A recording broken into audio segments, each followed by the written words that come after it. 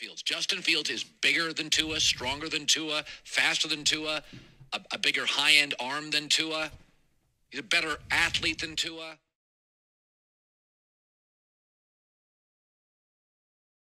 What more can I say? Top Billin. All right, Top Billin, your boy is back. I don't even want to do the intro, none of that, because quite frankly, Irate Murf is back because I'm tired of all these pencil neck geeks pushing these goofy-ass narratives surrounding the great sport of football that we all love and most of us have played.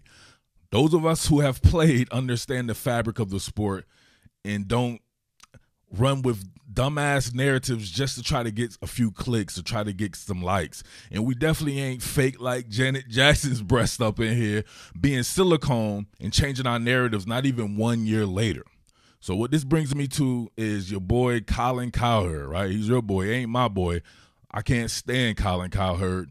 And people who come up on the channel talk about what Colin Cowherd talked about, I'm not going to lie, I usually kind of block them because I don't want to hear shit about Colin Cowherd. To me, he's the type of cat that goes hard on like Fox News. And that ain't my cup of tea, right? So we'll leave that for another day there. But I learned this a long time ago. When people come up on the channel and they like, man, I hate you and this and that. I've been watching you for a long time. To me, it's like, yeah, you hate me, but you watch me. Like, you do better not watching me, right? Let me just fade away.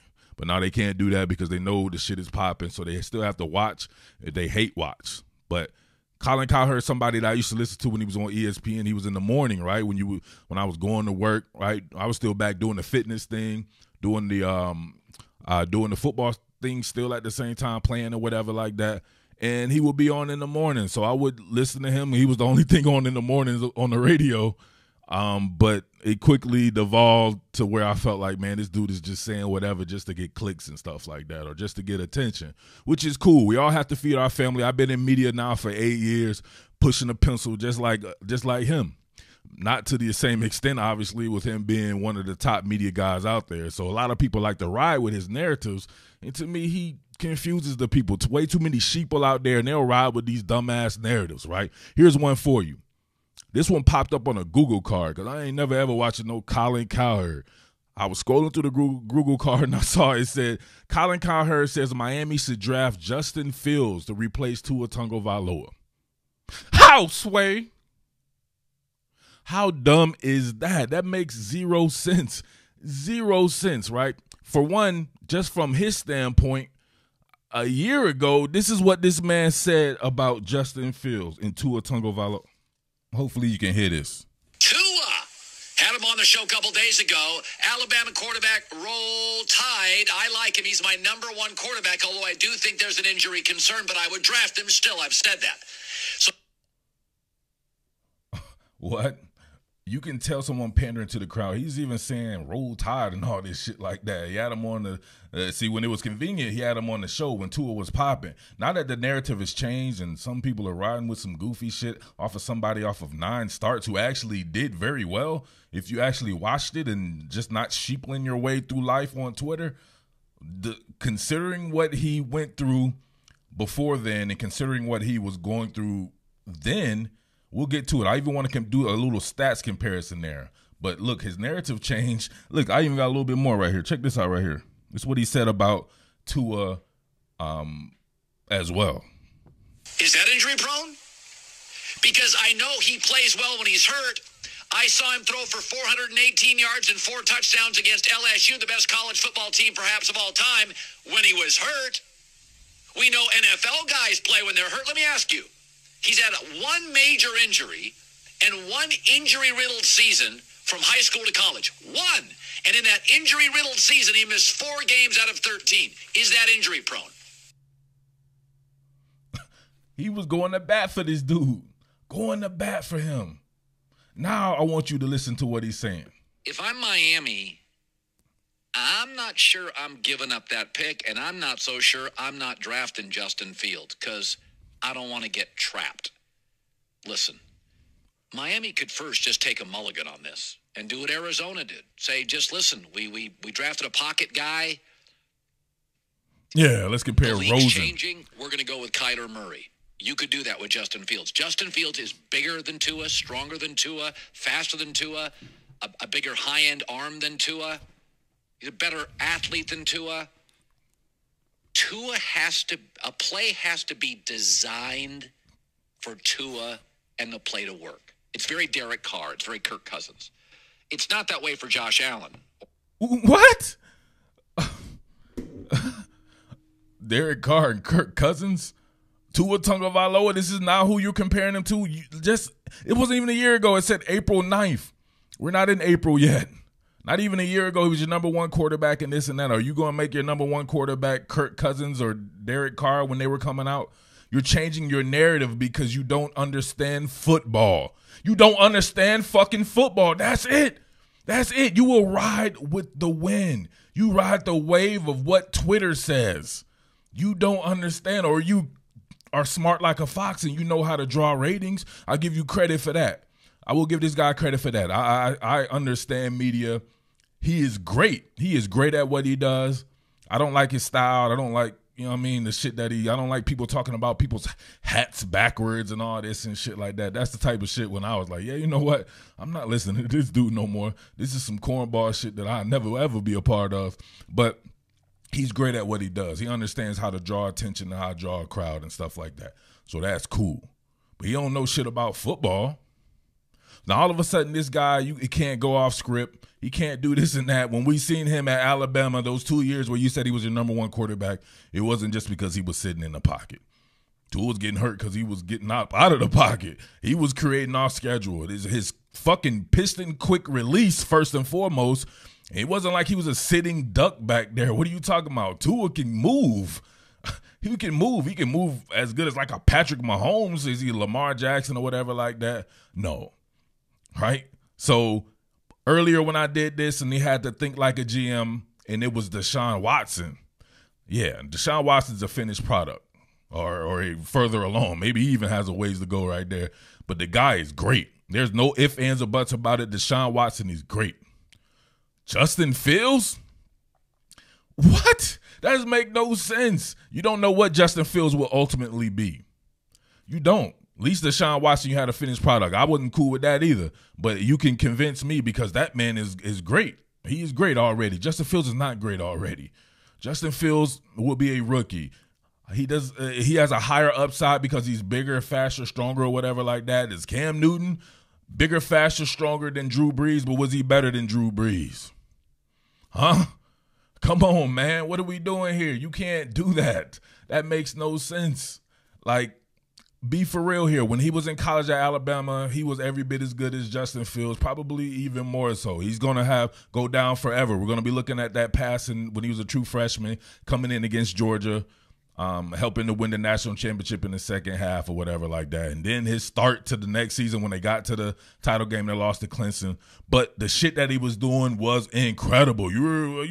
He barely played in the fourth quarter. They were absolutely trouncing people. And he was playing against great competition.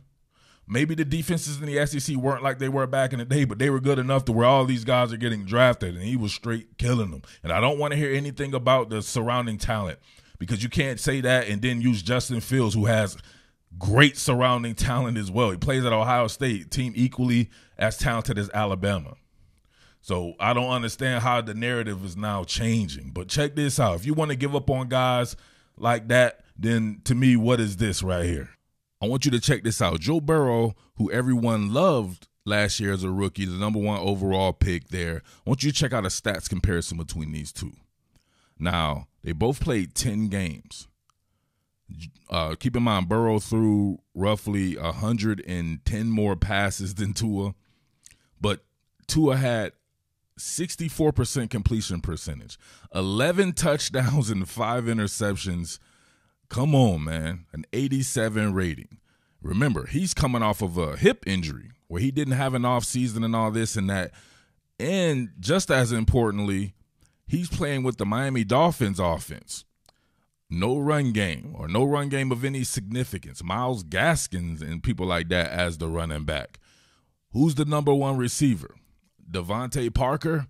On a good team, Devontae Parker is a number 2 receiver. And the rest of the guys that are on the team, to me, third and fourth options at best. On a really good team, maybe not even in rotation. You think any of those guys on a rotation on, say, Kansas City, where they have a great rotation? or in Tampa, where they have a great rotation. Just keep that in mind. Offensive line, piss poor. Absolutely piss poor. Have to get better on that front. But still, 64% completion percentage, 1,800 yards. He had 11 touchdowns and 5 interceptions. Joe Burrow, 110 more passes thrown, a 65% completion percentage, so roughly the same as Tua.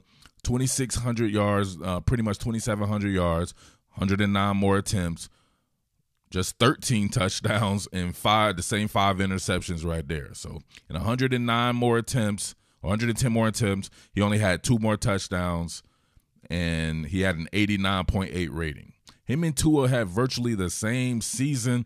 They both have terrible offensive lines, but that man has multiple number 1 receivers at his disposal. Tyler Boyd, first and foremost, multiple 1,000-yard seasons before Joe Burrow was even in the NFL. A.J. Green, as a second or third option, A.J. Green, one of the best players of this last generation or this current generation or whatever like that. Very reliable, a heady guy who's had a ton of success in the league, just been hampered by injuries, but he was able to play and he was able to produce. And you draft T. Higgins.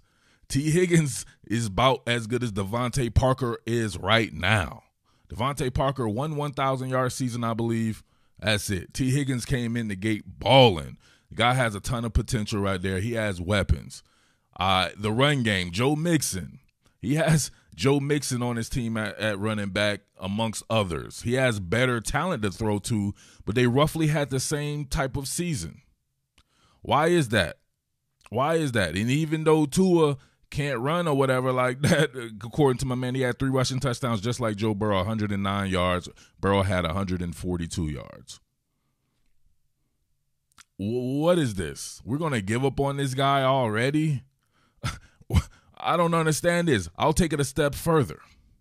Let's add in Josh Allen. Imagine if you gave up on Josh Allen his first season. Now, this is his first-year statistics.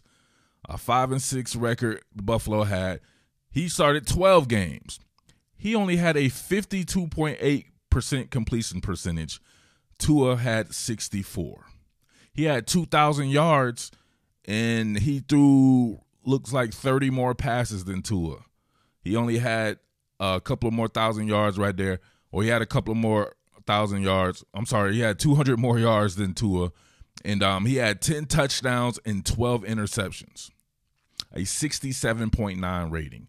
Can you imagine if you gave up on Josh Allen after 1 year? Like, well, he's not the deal. Let's go and get somebody else. Josh Allen may be the most talented quarterback in the NFL right now. Look at the success they had. Finally won a playoff game after like 2 decades in Buffalo. Imagine if you gave up on him after his rookie season. That's the shit that people are doing these days, man. They're riding with these corny-ass narratives, and they're not thinking, like, back in the day, we never even used to see people like Tua and Josh Allen and Joe Burrow play in their first game. They would all redshirt maybe 2 or 3 years, like an Aaron Rodgers. They would prepare these guys for success in the NFL. They just threw Tua in out of nowhere. He probably wasn't supposed to play this season with his hip, and he still produced 11 touchdowns, 5 interceptions, a 64% completion percentage. And they were 6-3 with him behind center or under center. What, man? How, Sway? How is this happening? I don't understand this narrative. Y'all need to leave Tua Tagovailoa alone, man. Leave Tua alone, like that chick said about Britney Spears. So, with that being said, man, I want to know what you guys think about this, man. Why is this type of shit happening? Why are these guys pushing these narratives in football, professional football at that? Why are people so quick to give up on players? 1 year, and you had some success? Josh Allen, 10 touchdowns and 12 interceptions in his first year. Tua, 11 touchdowns, 5 interceptions.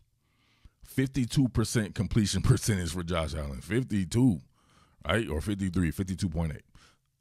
67.9 rating. Imagine if you gave up on him, right? Now, Tua, we know it, right? Tua's accurate as shit. He can be accurate as shit. Let's see what happens when you give him a little bit more talent. Now he has a Will Fuller. You can go use the draft to go and get him Devontae Smith or Jamar Chase or whomever you feel like that. Just get the talent level up around him, and then you'll be able to judge him. Come on, man. You can't tell me that Justin Fields is flat out better than Tua Tagovailoa enough to give up on him after 1 year. 1 year. And this was your number one QB this time 11 months ago. Yeah. Let me know what you think about that top billing. It's your boy Irate Murf. And I'm pretty much done with this. All right. See you in the comment section. Make sure you like this. Make sure you subscribe. Tell a friend to tell a friend. Yeah. Done.